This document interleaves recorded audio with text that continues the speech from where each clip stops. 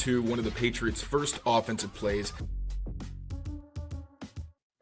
What's going on, everyone? Mike Kadlick and Taylor Kyles here for CLNS Media, back for another episode of what we should probably call the Patriots Weekly podcast in the summer. Pretty much. Yeah, we're on a bit of a different schedule here as time goes on and vacations happen and weddings happen and I go away and Taylor goes away. And frankly, as I've said for the last 3 weeks on this show, there's not a ton going on in the football world, but we're still here to give you a Friday show, talk about all things Patriots that are happening, which, you know, really was only a Drake Maye-led workout in North Carolina this week, which we'll get to that a little bit. And I'll say this real quick. I'm not even mad that it's been uneventful, because usually when news breaks in this time of the year, it's not good. Yes, so exactly. I'm like, kind of, it's quiet and like I'm bored out of my mind as like we cover the team, but also I'm like, you know what? No drama. I'm cool with that. That's fine. 100%. And I think that it's also, frankly, for not just for us in the field covering the team, but also for fans of the team. It's summertime. To take a step back, relax. You don't need to worry about who the third wide receiver is going to be. That's what we have 2 weeks from now to talk about, because boy, is it going to get very busy in a little while here. So we're sort of giving ourselves a chance to ramp up for that. And what we're going to do here as well is answer some of or plenty of your Patriots questions over the next half hour. We'll talk about the workout in North Carolina, obviously. And then we will also jump over to Discord after this, because what we've started to do to continue to build out our Patriots community on the CLNS Media Discord is have members only questions in a fully available Discord chat after these shows. So if you haven't already, head over to Discord, join our Discord channel. You can find that at clnsmedia.com/Discord. You can join for free. Just hop right in. If you're a member of Patriots Press Pass, step 2 will be to drop your username in this chat. And once you are verified on Discord, make sure that you're a member here. You will be able to ask us questions on the Patriots Daily Discord stage. So again, we're going to hang out here for a little while, hop over to Discord and hang out there for a few minutes too. So Taylor, first things first, before we get into the questions, this workout that Drake Maye held, North Carolina, I'm sure you guys have seen it. There's been plenty of pictures. There's been some video that came out as well. Kendrick Bourne posted a YouTube vlog today about all the happenings down there. It was Drake. It was Josh Dobbs. Couple running backs from Andre Stevenson, Terrell Jennings. I wrote down, I took attendance, 5 wide receivers, Stephon Diggs, Kendrick Bourne, Demario Douglas, Kyle Williams, and Jalen Polk. And then Hunter Henry was there as well. And I know that every team does this, and I know that this is the time of year where it's, go on Instagram and grab the screenshot, figure out who's there, and freak out about it. It's been my bread and butter for the last couple of years. Everyone's been doing it in the social media world now as well. But like, these are the types of things that, even though it's routes on air, it's, the only guys wearing helmets were Diggs and Kyle Williams. It's very like, get on the same page with guys. It doesn't mean a ton. It still, first of all, has me super excited for the season.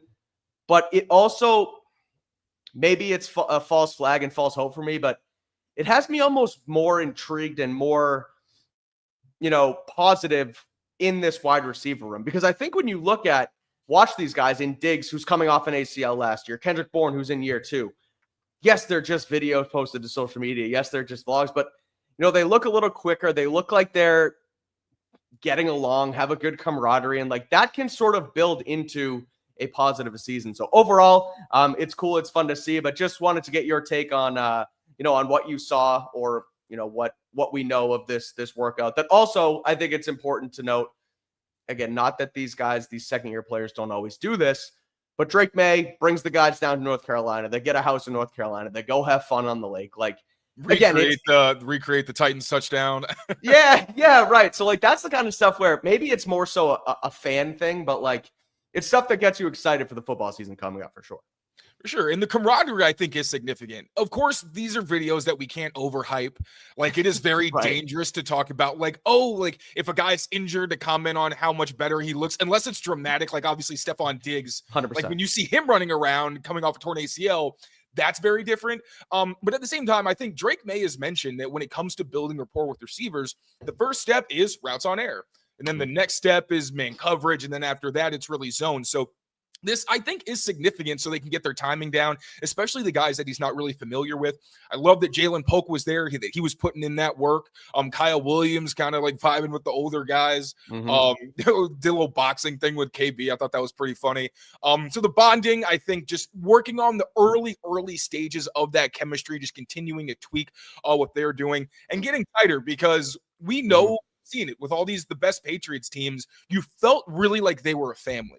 And I think that the team has done a good job of carrying that over, considering everything that's going on. And last year, the bottom kind of fell out, and you started to hear and see things that weren't really normal. But like that last Belichick year where the defense was like, yeah, we're not, we're still fighting tooth and nail. Right. And it really takes a lot of it this time off the field where you get to know these guys, and it's your brother in the trenches. So I'm not going to overhype it too much, but it's always fun to see when you have a period of the year where there's not a whole lot of content. I didn't love that Javon Baker wasn't there, I'll be honest. I don't know why. He might have had his own sessions. I don't want to, I'm not trying to make that headline or anything, but when you're talking about guys who really need to be spending as much time with Drake as possible, Javon is someone who, we liked and is very talented and has the opportunity, could seize a role on this team as, if not a starter, a significant rotational player with his talent, if he could just really get on the same page and be responsible for doing what he's supposed to do consistently. I would have loved to see him out there, but not seeing it, it's just unlike Jalen Polk, where you say, hey, they spent time together in the spring, so now, or in the summer during the break, maybe they can continue to build on that once it's actual competition, the pads come on and whatnot. But just good stuff to see at this point in the calendar. That's the thing where, like, the first thing a lot of people noticed was that Baker and Kayshon Boutte were not there and made a big deal out of it. And again, personally, I don't think it's a big deal. You would like to see them there, but again, there's no reason to speculate or think like, oh, they're not there for X, Y, and Z. They could have had a vacation plan. They could have had this, that, the other thing. Drake Maye just got married, so he could have threw this together last minute. Like, those are the type of Drake wasn't at Vrabel's press conference, and it was he's get married. We wouldn't know that just being there. It looks odd, but he had things planned beforehand, and sometimes these guys can't necessarily all get on the same page with their schedules.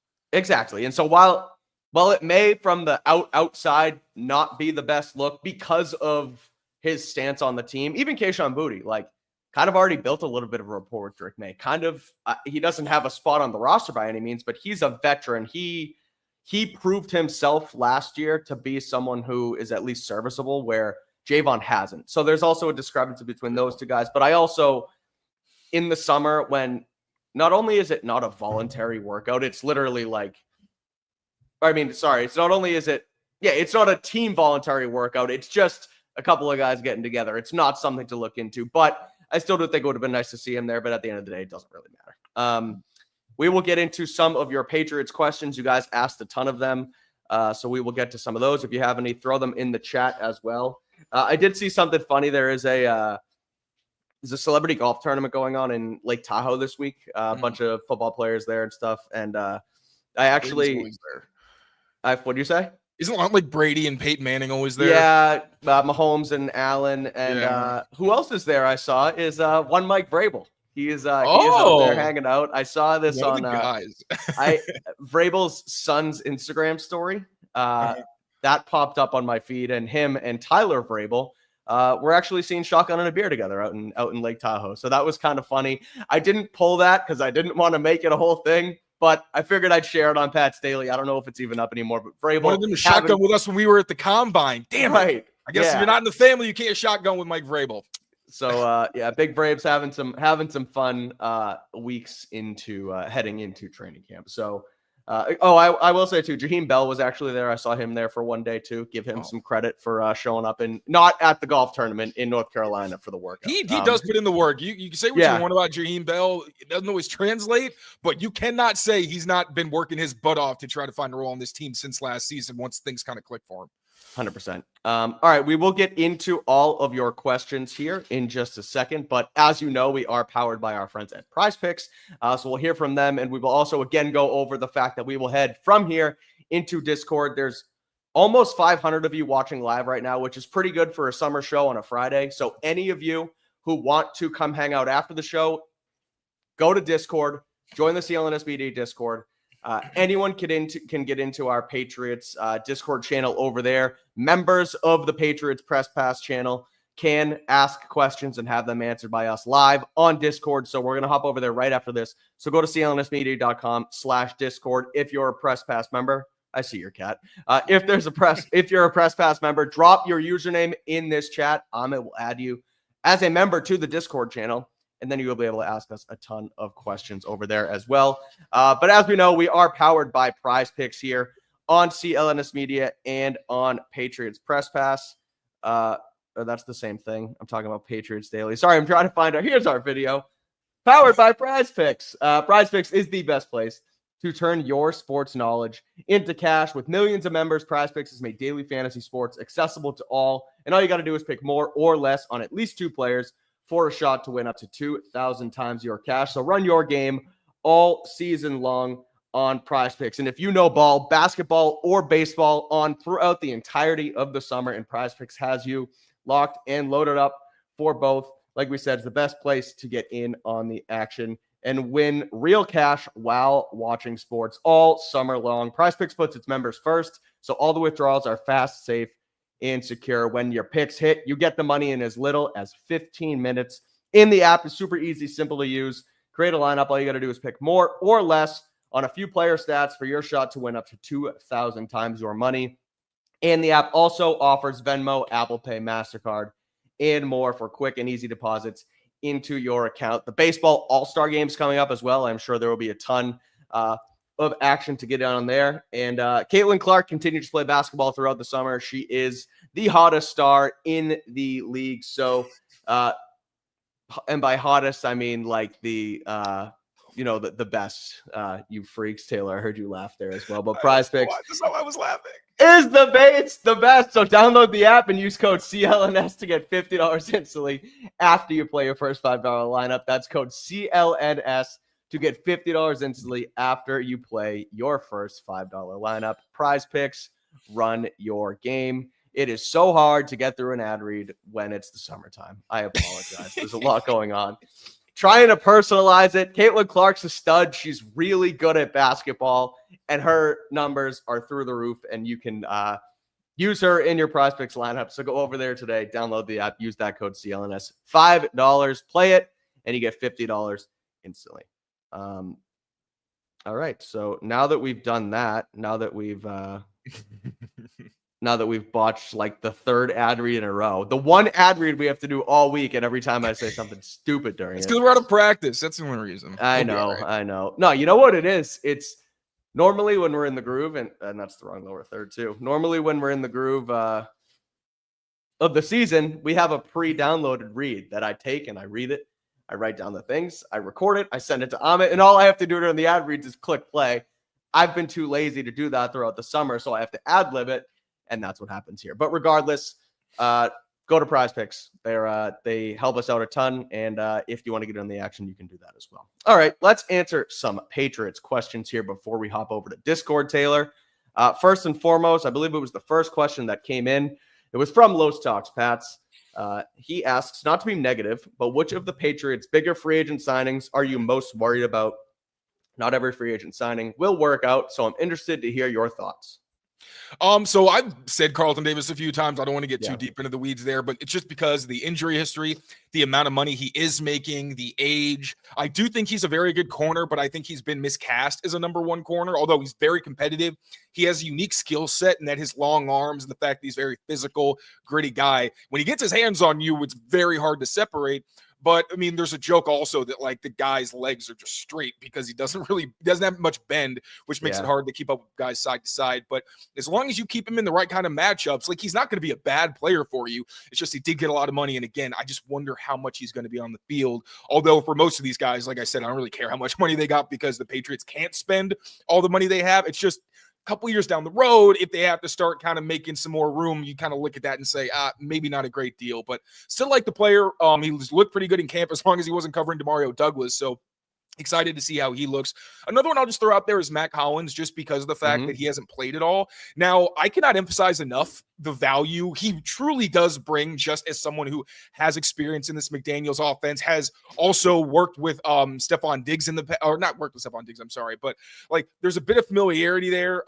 So I think he's still valuable, even though he's not on the field, but I thought that he was going to have a pretty significant role, especially on early downs. So the fact that he wasn't catching passes during the whole, get together or whatever, and he's probably rehabbing, not saying that's necessarily bad, but you just like to see the fact that he might not have any chemistry with Drake Maye when the season starts. And if he's on PUP and gets activated, he knows how to run the routes. He's familiar with this offense. Maybe he'll be able to click faster, but he still is going to have to build rapport with Drake. So Carlton Davis has been my stock answer, but knowing what we now know about Mac Hollins, I'm just a little bit worried that he may not be able to contribute on the field, but hopefully somebody else steps up so he doesn't really have to, so that he's not really missed, I'll say. Yeah, I'll throw Milton Williams into the mix too, right? I mean, the biggest prize on the free agent market this offseason, obviously had a great year in Philly, but kind of as we know and as we've talked about, as the third defensive tackle on the team, his usage rate is going to go up now that he is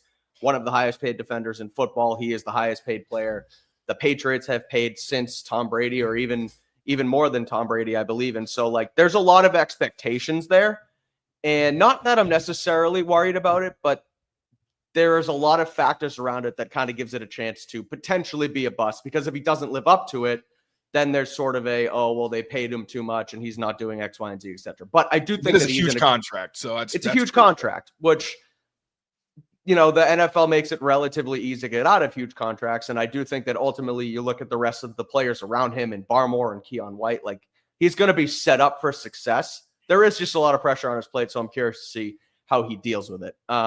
Pressure makes diamonds, baby. Exactly. So you mentioned the get together in North Carolina. We talked about it. You just mentioned it when talking about Mac Hollins. One guy who was there was Kyle Williams. So question here: how much impact do you think the rookie class will have on this team? Because I mentioned Williams, Trevion Henderson, who wasn't in North Carolina, is also somebody who could feasibly have a big role on this offense. And then there's a couple undrafted guys who we talked about throughout the course of the spring and summer who, could potentially play as well. So what's your thoughts on, how much these guys will exactly, play and, be a part of this team? So I'll go kind of just by player. Will Campbell obviously is entrenched as a starter. Right. In terms of the impact, I think he's going to be a plus run blocker. Pass protection is definitely going to be a question mark, but where he was drafted, like he should be average in the NFL. Like, will he struggle against the better guys? Yes, but you're hoping it's at least similar to a Vidarian Lowe situation where when he wasn't playing like really good rushers, you didn't hear his name. But then again, you hope that you have more in terms of impact as a run blocker. Trevion Henderson, I think, is going to be the RB2, like for real, going to be your third down back. He's going to be used in gadget situations.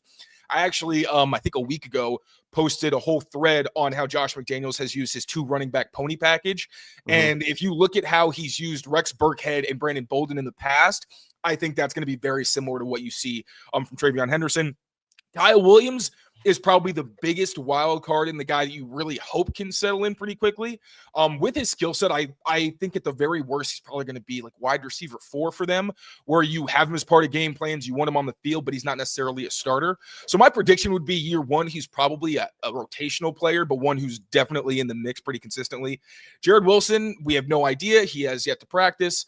If he can play, I think that he should be significant competition at left guard, but also he's going to have a lot of catch up to do because Cole Strange has spent a lot of time there. He's been in the league longer. And I think he brings more as a run blocker as well without being a total liability in pass protection necessarily. So Jared Wilson, I really do not know. It's hard to say. So I'm going to say incomplete there. Craig Woodson, I think, is probably going to be their third safety by the end of the season. I expect him to get a good amount of playing time. And again, Elliott Wolf told us that they're still going to keep their big nickel. Big just means that instead of a corner, you have another safety on the field. So you've seen Patriots use 4 safeties at times. Like, so I guess that's like ultra dime or something like that. But I think Craig Woodson's going to have a significant role on this team as somebody who moves really all around the formation. Joshua Farmer's going to be interesting too, because Kyrus Tonga is going to be their starter at nose tackle, but I also think that Joshua Farmer, as long as he's healthy, is going to be someone they want in the rotation heavily and probably going to directly compete with Jeremiah Farms as the top backup as a defensive tackle, not necessarily just as a nose tackle. But I would predict that I would predict that Joshua Farmer is probably going to be DT4, I would say, because he's going to have to take that job from Farms, who I think is going to fit in the system much better than he did in the two-gapping system. Braden Swinson is someone whose role I think is going to be smaller than what I initially expected, because in camp, he consistently was going with Elijah Ponder, who I also like, but that was like the third team. I think they really like the depth they have on the edge with Caleb on Chason, Harold Landry, Keon White. And just the fact that we have Anthony Jennings, of course, but even he hasn't gotten a ton of playing time there. So I think Swinson has an inside track to be a situational pass rusher, but we'll see how it shakes out in the summer and whether he can make enough plays to maybe get some more work with that top group. Andres Borregales is going to be the starting kicker. Am I on mute? No, you're good.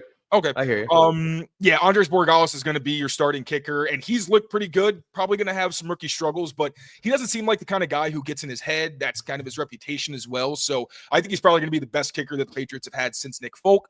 Marcus Bryant should not play as a rookie, maybe as an extra tight end, but you're hoping he never has to see the field outside of specific game plan situations. Julian Ashby is going to be your starting long snapper, of course. Probably going to rack up some tackles too. He's might be one of the most athletic long snappers in football right now, which I know may not sound exciting, but when your long snapper is making, a bunch of tackles, you're going to get excited. I know I was last year when we finally got to see that. And Kobe Minor. Yeah, Kobe. I almost said Kobe Bryant. Jeez. I was like, I'm not doing that again because I already did it right to Ellie Wolf's face. Kobe Minor. I'm not even sure if he's going to make the team, so I would just assume he ends up on the practice squad. Yeah, I think it's, important to note, you just said it, but to kind of reiterate, there is going to be 3 rookie starters on this team immediately in Campbell. And now granted, it's Ashby and Borregales who are 2 special teamers, but, that should still matters. As we know, it's the third phase of the game. And then a guy in Kyle Williams and or guys in Williams and Henderson who, really should have a, hopefully you think a high level impact on this offense, if not, immediately, at least down the stretch of the season when they start to get comfortable. So it's an important draft class. And I think, when you loop in the UDFAs as well, who we talked about a little bit throughout this offseason could really have an impact almost, immediately. And that's why I want to bring it to this question. Thoughts on the idea of Brock Lampy not making the 53, starting out on the practice squad, getting elevated as needed, allowing other position battles to take place, which has kind of been a thing, not only the Patriots, but teams kind of do, where they release a guy who probably will clear waivers, bring him back on the practice squad, let other things play out throughout the season, PUP, etc. And then they end up being, a high impact or a highly used player on the team. The Patriots did it with quarterbacks in the last couple of years, where they only kept Mac Jones and they cut the other guys, let the ones come back. They've done it with kickers, where they cut both kickers, I think, in Nick Folk and maybe they didn't cut. They did it with a kicker at one point where Folk was back and forth on the practice squad. So there's a lot of maneuvering going on, but I want to kind of use this as a jumping off point for Brock Lampy, who is a rookie, could potentially be a fullback. Do you think he will have an impact on this Patriots team? How do you see them using the fullback positions here? I think, if Josh McDaniels has a fullback that he trusts, he's going to be a big part of the offense because, one, it adds physicality and an edge to your run game and a bunch of versatility, because if you have a fullback, you can run literally everything in the book versus 2 tight end sets are a lot more limiting. And plus, with the fullback, you don't know where the guy's going to go. It could be misdirection. He could be a lead blocker. And then the benefit of play action, where if a fullback's on the field, it's very hard not to respect a downhill run fake. I would be surprised if he doesn't make the roster, just because I don't know who would make it above him. Right. They seem to like Jack Westover, but Jack Westover hasn't done a ton. And as we've said before, the summer is really where the tight end position is going to take shape, because we know that there's not a ton of pass catching talent in that room, or at least consistent pass catching talent. So they're going to have to block their butts off. And I think that Brock Lampy was literally, by PFF standards, the best run blocking skill player in college football last year. So I think he does have an inside track as someone who has experience as a fullback, but also as a tight end, being multiple in that way. And also he has decent hands. Like this isn't Jakob Johnson, where you really almost never threw him the ball unless just wide open in the flat. Like Lampy's somebody who I don't think you necessarily hesitate to throw him the ball, even if it's not his most natural skill set. So I'd just be surprised if he doesn't make the team, because that tight end room is just so thin right now after Hunter Henry and Austin Hooper. Sure. You also mentioned Cole Strange in the guard position. So question here is, does Cole Strange make the starting roster? Two questions here. I want to start with Strange. And I will say off the bat, I do think Cole Strange is going to be on the roster. And I think he right now has the inside track to being the starting left guard. Later Robinson in that mix as well, who actually spoke to Aaron Wilson from KPRC Houston earlier this week at a Texas A&M football camp. Layden Robinson was there and asked about Mike Vrabel, said, it's so fun, the energy that he brings to the team and just how he holds everybody accountable and just that he wants to turn everything around and wants our team to be great. Having a coach like that with all the energy that he has, what he wants to pour into the team, he's leading by example too. I'd say that's been the best part, just being there, seeing that. I can't wait to see everything turn around for good. So it seems like he's enjoying the Mike Vrabel experience so far. I think most everybody is on the team. I think having a guy who, again, it's a complete 180 from Gerard Mayo and feels like a guy who just frankly knows what he's doing in the room. And it's hard to not get behind a guy like that. But having said that, hearing Layden's sort of excitement around the team, what do you see the left guard spot looking like? I know it's something that it's hard to judge these competitions during mini camp and OTAs because there's no pads, but what's your thought July 11th, 2 weeks out of camp, at how the left guard spot plays out? Unless they acquire somebody, I don't see how Cole Strange is in the pick, because Les Schweitzer, you could say, okay, he's a veteran. He's been in this league. Yeah, he was a backup, but he's got enough experience and size. You can see how it might work. But like Tyrese Robinson has rarely played in the NFL, and I know that he was in the mix and everything, but if Tyrese Robinson beats out Cole Strange, you should be calling teams and trying your best to find somebody. So unless they make some outside acquisition, it's Cole Strange's job to lose. Layden Robinson has not even been in the mix in that competition. He's consistently been with the third and fourth team, which is really disappointing. Again, I'm a big Layden Robinson fan, but he just hasn't proven to this regime. Hopefully he can do that in the summer. And then with, is that Demario Douglas, I'm guessing? Yeah. No, he's not going anywhere. I don't think so either. I don't think there's another Pop question. Do that one next. Yeah. Can Pop go for 1,000 yards in this Josh McDaniels offense? Let's be more optimistic. Instead of talking about him getting traded, is he the next great slot receiver for the Patriots and Josh McDaniels? What's the deal with Pop in this offense, Taylor? I think it's hard to say. It's tough because I wonder if Drake is accurate enough over the middle consistently to make Pop the kind of receiver that, Tom Brady always had, because Brady's consistently going to lead you upfield, put you in the best positions. And it's not like Drake's accuracy is the worry that it used to be, but like when I was going through all of the crossing routes he threw, it's probably one of the worst routes that he throws. I don't know if it's a feel thing or what, but he's clearly more comfortable throwing ins and digs than he is throwing crossing routes. And I think that Pop is going to get a lot of those. But in terms of scheme, 1,000's tough because you got Stephon Diggs. I think they're just going to have so many mouths to feed. Right. And Pop's not the kind of player where he's so good that you have to feed him the ball. I think he's obviously a plus player, but we all know he's not necessarily wide receiver one. So I would expect more of an 800-yard season from him, which is still great, because again, I think you got Hunter Henry, you got Diggs. Those are also guys that are going to have over 500 yards each, as long as, especially if Diggs is healthy. Can Pop go for 1,000? I think he's capable of it. I just don't think it's realistic given the fact that he's not an elite player. And even though his value is higher than it would be in most offenses because of McDaniels, I just don't know that he's going to be the focal point where you end up getting 1,000 yards. That's tough.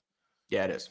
It's you mentioned the mouths to feed, and it's not like it's we've talked about it. It's not an elite wide receiver room, but it's a bunch of, KB, Diggs, Pop, Hunter Henry. There's a lot of guys who are kind of around this.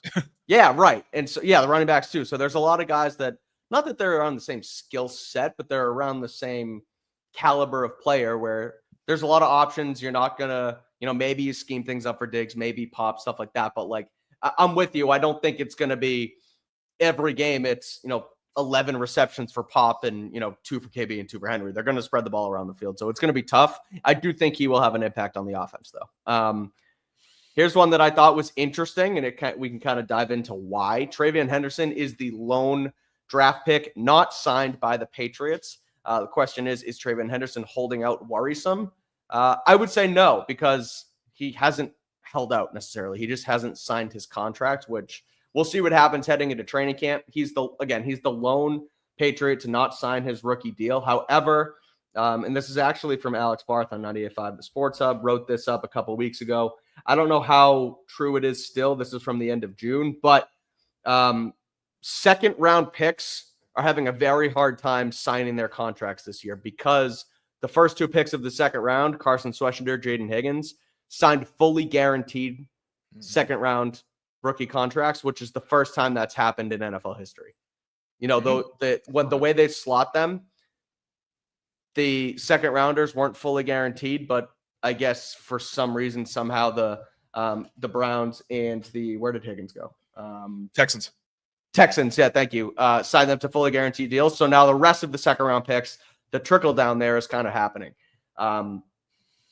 This is as of 2 weeks ago, 34 of the 257 picks had not signed, and 30 of those 34 were second round picks. So it's clearly a second round pick thing. I think it's something that's going to get hashed out, whether he gets a fully guaranteed deal or not. So long story short, it's not a Travion Henderson thing. It's more of an NFL/agent thing that's going on right now. So I don't think it's going to be a big deal with Travion. So I just wanted to throw that out there and kind of explain it. But here's another one, which I thought was kind of not a silly question, but the question is, why do you think Tom Brady is avoiding the Patriots? He could have been part of the team, but chose the Raiders. Now he's reportedly mentoring Patrick Mahomes. So, first of all, they're unveiling a Tom Brady statue at the first preseason game on August 8th. They've been milking Tom Brady for everything. Yeah, Tom Brady is going to be there. This is now the third consecutive summer/season where they're going to do a Tom Brady thing, right? They had the Tom Brady Day 3 years ago where they announced that he was getting in the Hall of Fame. Then they inducted him in the Hall of Fame, and then they waited for the statue till this year. He's close with Robert Kraft. He's not avoiding the Patriots. I don't know why Robert Kraft would give partial ownership to Tom Brady and the team, because Robert Kraft has no interest in selling the team, where Mark Davis needed money. He's broke.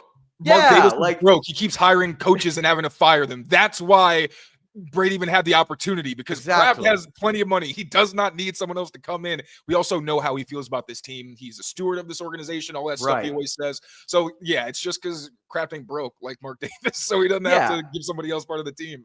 So I don't think Brady is avoiding the team. And as far as Mahomes, Brady just loves the game of football. And he's talked about how, like, instead of being petty and being like, no, remember when Joe Montana used to be like, no, I'm the GOAT. Brady's not the GOAT. Brady basically says, like, yeah, Pat's really good. And he doesn't say he's coming for me, but he's like, he is the next GOAT. He's the next player, and he wants to help the game. He wants to grow the game. He's not going to shut out a guy like Patrick Mahomes.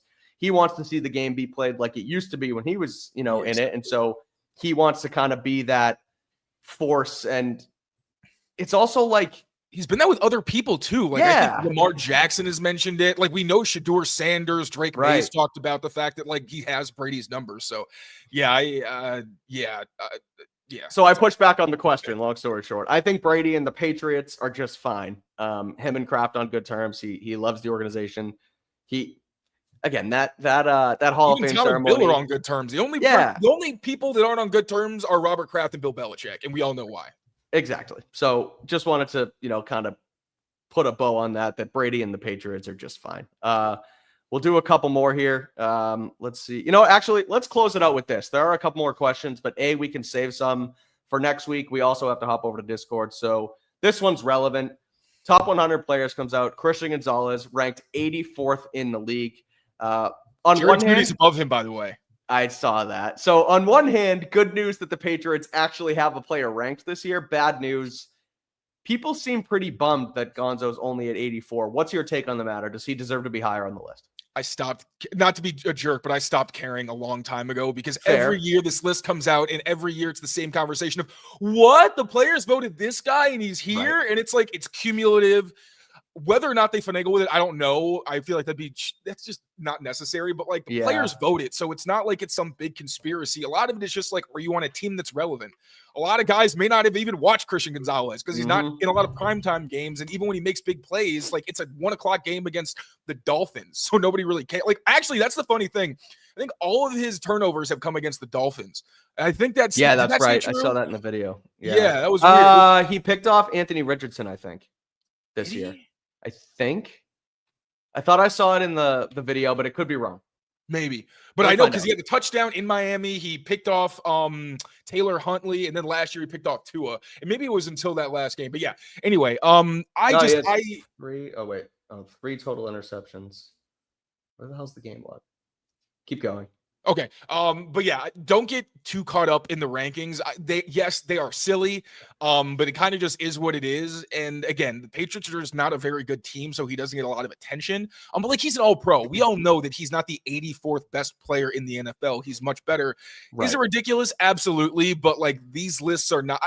Here's the thing. The value of these lists for me is to see how players talk about these guys. Correct. That's the cool part, because you get the insight, like who's the Cardinal? Trey McBride was saying that he's the guy you have to game plan for. Just hearing how opponents think about them, how teammates think about them, people at their position and their peers. That's what makes this list in the top 100 fun to watch. But don't get caught up in the rankings, because you will drive yourself insane. Every year, like half of the list is just so highly debatable. Mm-hmm. So yeah, like Tyreek Hill won it one year, and I'm sorry, like. Yeah, right. MVP, that's right. No, a receiver is not the best player in football. So, it is what it is. He did intercept Anthony Richardson in week 13. What happened? What was the play? But his other than he had the Miami interception, then he had the fumble recovery for a touchdown against Miami as well. So yeah, I'm with you. I think hearing the players talk about these guys is super insightful, and I think it's nice to hear Christian Gonzalez get respect from players. Mm-hmm. But you're right, as far as not all of them see them play. They're not a great team, so they're not on prime time. And it's as silly as that sounds, like the Patriots being on prime time will help other players watch Christian Gonzalez, because when Gonzalez is on at 1 p.m. on a Sunday, so is 85% of the league. You're not going to watch him unless you're playing him. You're not going to watch him when they're not on Monday Night Football. So like it's a whole thing there. But I do think him at least making the list is a positive for him. Also, the Richardson pick was on a dig where he undercut Alec Pierce. Yes. Yep. That was it. Which I think may be his most impressive interception, to be honest. That closing speed was sick. Yeah. All right. Well, that's going to do it for the mailbag today. We are going to head over to our Discord channel. So there's now over 1,000 of you on here. So I expect a ton of you on Discord. Head over to clnsmedia.com/Discord. We will have another sort of conversation, mailbaggy type thing there, where our members can ask us questions. So if you are a member and on Discord, drop your username in this chat. It will get you hooked up on Discord. You will be able to ask questions over there as well. But anyone can join, not just members.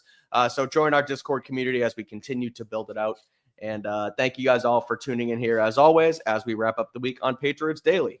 Quick thought/note. Training camp coming up.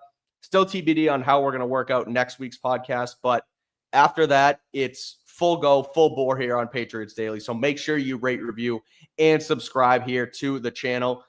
It's Patriots Daily. It's Patriots Beat. It's Greg Bedard. It's Andrew Callahan. There is so much Patriots content here on the channel, and it's going to start wrapping up even further as the summer goes on and as training camp begins. We'll have full recaps of every single training camp practice from myself and Taylor.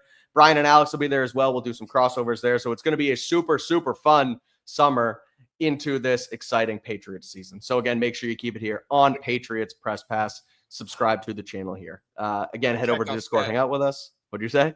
Cat got fat. She stayed with Liz's mom, and she always overfeeds her. I tried to pick her up, and I was like, whoa, what the hell?